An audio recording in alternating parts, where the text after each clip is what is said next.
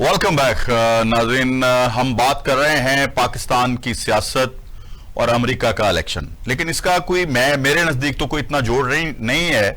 लेकिन सीनियर सियासतदानों से हम पूछ रहे हैं कि इस वक्त एक जमात जो है जिसकी हुकूमत गई तो उन्होंने कहा जी अमेरिका ने ये रजीम चेंज कराया है और अब अमेरिका पे ही ये उम्मीदें रख के बैठे हुए हैं। ऐसा क्यों है? ऐसा क्यों होता है? नजरिया तो एक ही है, क्योंकि हमें तो बताया यह गया है कि अमेरिका अपने मफाद के अलावा किसी मुल्क के साथ एक कदम भी नहीं चलता और खुसूसन मुसलमान ममालिक को वो अपने मफादात के लिए इस्तेमाल करता है और वहां अमन अमन का भी खतरा रहता है जहां अमेरिका दाखिल हो जाए। मेरे साथ इन मौजूआत पे बात करने के लिए मौजूद हैं स्पोक्स पर्सन हैं पीटीआई की, किसी तारफ की मोहताज नहीं है, जेबा नाज साहिबा। वेलकम करते हैं प्रोग्राम में। जेबा अस्सलाम वालेकुम। वालेकुम अस्सलाम।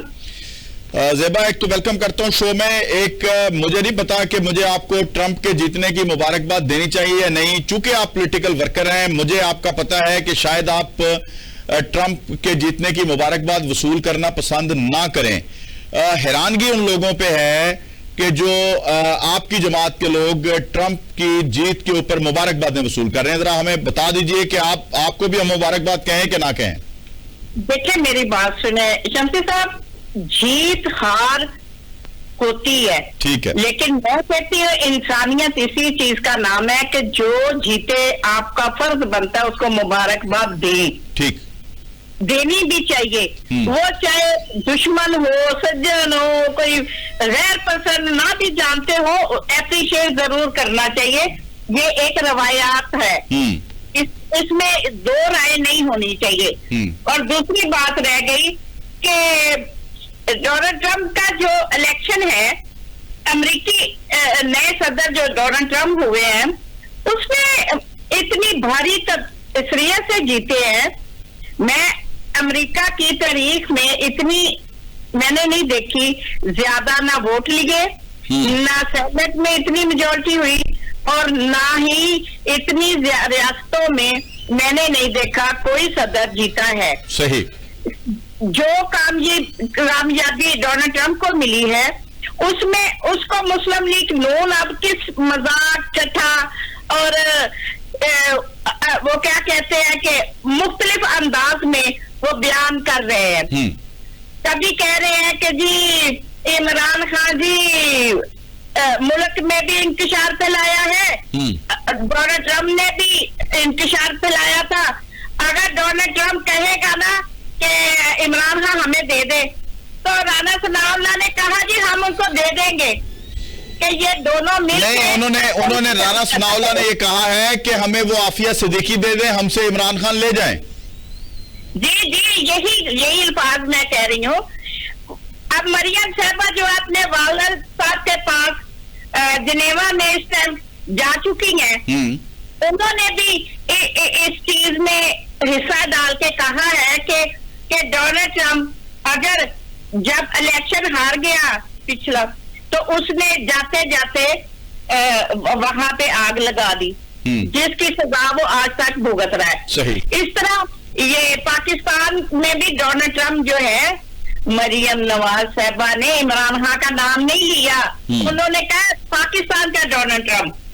मैं आपको ये बताना चाहती हूँ कि ये वो लोग हैं, वो लोग बोल रहे हैं जो हमारा मैंडेट चोरी करके आए हुए हैं, जो हमारी हुकूमत को दबा के गला घोंट के आके बैठे हुए हैं और वो हमें बातें कर रहे हैं। ये जमीर है उनका मरा हुआ, और ये वो लोग बातें करते हैं जिनके जमीर है ही नहीं।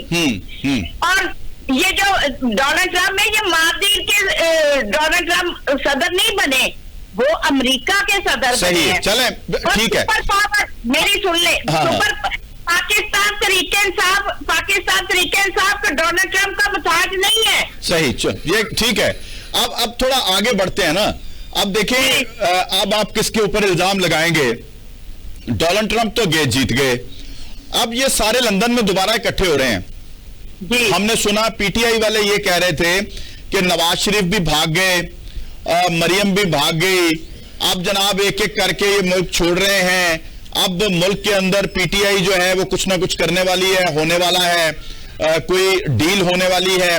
तो मुझे बताएं कि मौलाना फजलुर रहमान भी लंदन पहुंच गए हैं, वहां क्या होने वाला है? अब कोई आपकी बची कुची जो पार्टी है उसके खिलाफ भी कुछ साजिश तो नहीं वहां रची जा रही?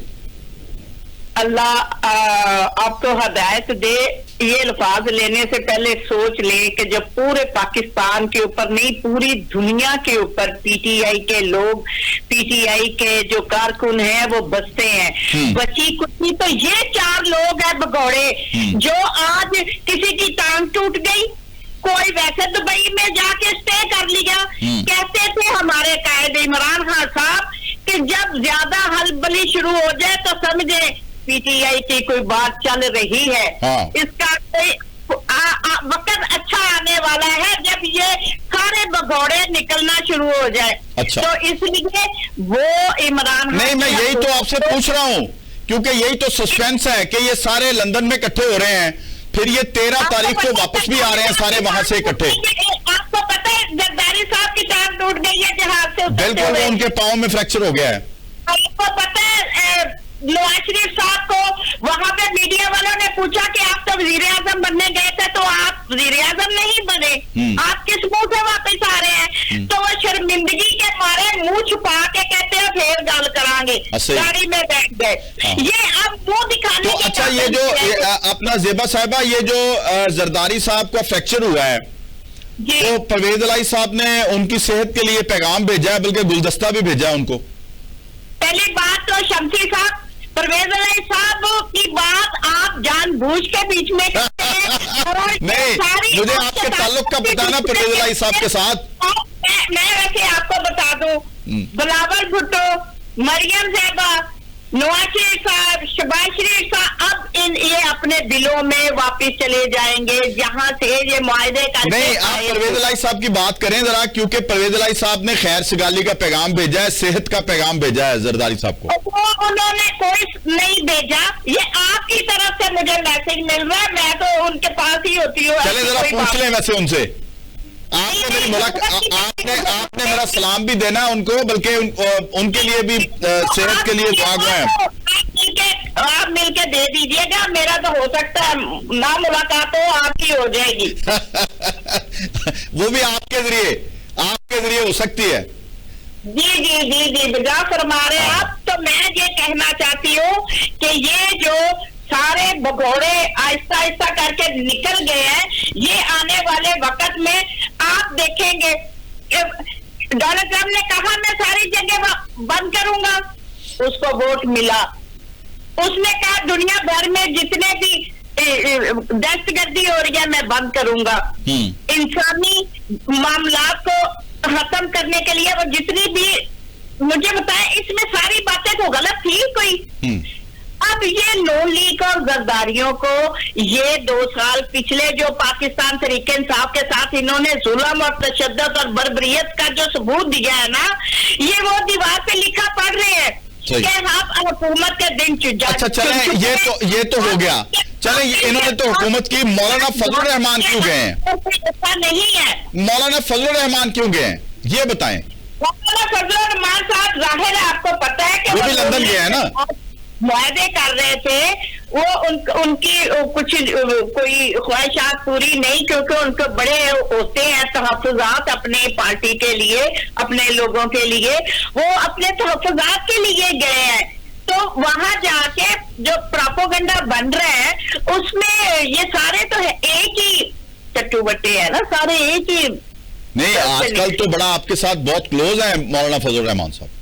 देखिए, हम उनका बड़ा एहतराम करते हैं, हमारी रिस्पेक्ट की जगह है, हम मशवरे देते भी हैं और लेते भी हैं, लेकिन हमारी मर्जी है कि हम उसको अवेल करते हैं नहीं करते, लेकिन डिस्कशन करनी पार्टियों में बनती है, वो हम सब से मिलके बैठ के बनाते हैं। अब इस जमात इस्लामी ने भी कहा है हम पीटीआई के साथ हैं, हम मौलाना फजलुर रहमान के साथ हैं जी, हम सब बैठते हैं बात करते हैं, उन्होंने की भी। अच्छा ज़ेबा साहबा, मेरे पास ना मुबैना तौर पर कुछ इतलात हैं, ये मैं करना तो नहीं चाहता था, लेकिन चूंकि आप हमारी बहन भी हैं, आपके साथ एक रिस्पेक्ट और इज्जत का रिश्ता भी है, मैंने कहा चले एक खबर मुबैना तौर पर आपको दे रहा हूं। मुझे कुछ दोस्तों ने बाखबर जराए से बताया है कि ये जो नवाज शरीफ हैं जो उस ग्रुप में हैं कि जो चाहते हैं कि पाकिस्तान में कोई सियासी कैदी ना रहे, तो शायद इनकी इस बात को नापसंद किया जा रहा है। इवन शहबाज शरीफ भी उनकी उस बात को नापसंद कर रहे हैं।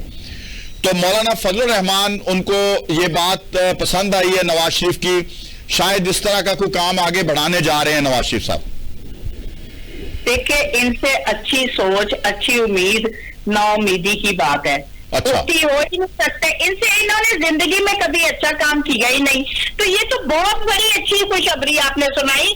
लेकिन ये तो वो डग दिमाग होते हैं कि इनके दिमाग में अच्छी सोच रास्ता ही बंद है। अच्छा। इनके दिमाग में सिर्फ ओवरब्रिज बना लो, पैसा इकट्ठा कर लो, अपना सोलर पैनल लगा लो। आपको पता है 2 साल पहले पता आपको कि जब ये आए थे तो इन्होंने कहा कि बिजली का निजाम हम बेहतर कर देंगे, हम सोलर पैनल पे लेके आएंगे। शहबाज शरीफ का छोटा बेटा जो है वो सोलर पैनल बनाता है और उसकी आमदनी के लिए पाकिस्तान को टारगेट किया गया कि यहाँ से लूट के लेके जाएंगे पैसा, और इनको इस तरीके अच्छा, चले हम इनसे उम्मीद नहीं रखते, हम आपकी बात मान लेते हैं, इनसे उम्मीद नहीं रखते। अली मोहम्मद खान साहब कह रहे हैं जी, खान साहब जो हैं, जो उन्होंने स्टेटमेंट दी है, अली मोहम्मद खान साहब ने, बड़े बीबे पॉलिटिशियन अली मोहम्मद खान साहब, उन्होंने कहा कि खान साहब जो हैं वो इंतहा दर्जे की खुशी है उनको, ऐसे कभी मैंने खुश नहीं देखा जितने वो ट्रंप के जीतने पे खुश हैं। तो खान साहब को तो तवक्को है कि कोई ट्रंप ऐसा कोई जादू चलाएंगे कि वो जेल से बाहर आ जाएं। देखिए, अल्लाह ताला की बड़ी दुआएं हैं उनके पीछे, इमरान खान साहब के पीछे।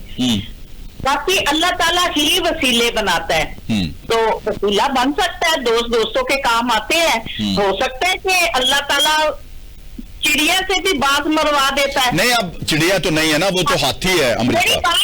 मेरी बात सुने, हाथी कितना बड़ा होता है, उसकी मौत एक कीड़ी से भी हो जाती है। नहीं, लेकिन अमेरिका तो खुद हाथी है ना। बिल्कुल हाथी है। तो उसमें अगर मेरा कहने का मतलब ये है कि दोस्तों के लिए कुर्बानियां देते हैं। तो अब आप नहीं समझती कि अगर इमरान खान ट्रंप के जरिए बाहर आते हैं, सियासतदान है जो है इमरान खान, और इमरान खान को ट्रंप बड़ा अच्छे तरीके से नहीं, फर्ज करें ट्रंप के जरिए अगर इमरान खान ट्रंप के जरिए बाहर आते हैं तो इमरान खान का सियासी कद छोटा नहीं हो जाएगा? नहीं, देखिए, ये तो छोटे वाली बात नहीं है, कद छोटे वाली तो कोई बात नहीं है। ये तो दोस्तों के लिए करते हैं। ये दुश्मन जो सज्जन पाकिस्तान के जो रहने वाले लोग हैं, उनको जिस तरीके से पाकिस्तानी हुक्मरानों ने जिस तरीके का जुल्म, बर्बरियत और तशद्दुद कर रही है, इससे ज्यादा बेहतर तो गैर लोग हैं जो इज्जत, रिस्पेक्ट, ऑनर। बिल्कुल ठीक है, बिल्कुल ठीक है। बहुत बहुत शुक्रिया ज़ेबा साहिबा, हम आपके लिए दुआगो हैं, आप आगे बढ़ें। अल्लाह ताला पाकिस्तान के लिए, आपके लिए और सब लोगों के लिए पाकिस्तान में आसानियां पैदा करे। नाज़रीन, आज का प्रोग्राम आपने देखा, हमने बात की है ट्रंप के इलेक्शन पे, पाकिस्तान के सियासी और मारूजी हालात के ऊपर। हमने कोशिश की कि जी जमात इस्लामी का मौकफ लिया जाए, वो लिया, PTI का मौकफ लिया जाए, वो भी लिया। फैसला आपने करना है प्रोग्राम के बारे में। बाकी मुझे इजाजत दीजिए आज के प्रोग्राम में, आपसे आइंदा प्रोग्राम में मुलाकात होगी। अल्लाह हाफिज। पाकिस्तान जिंदाबाद।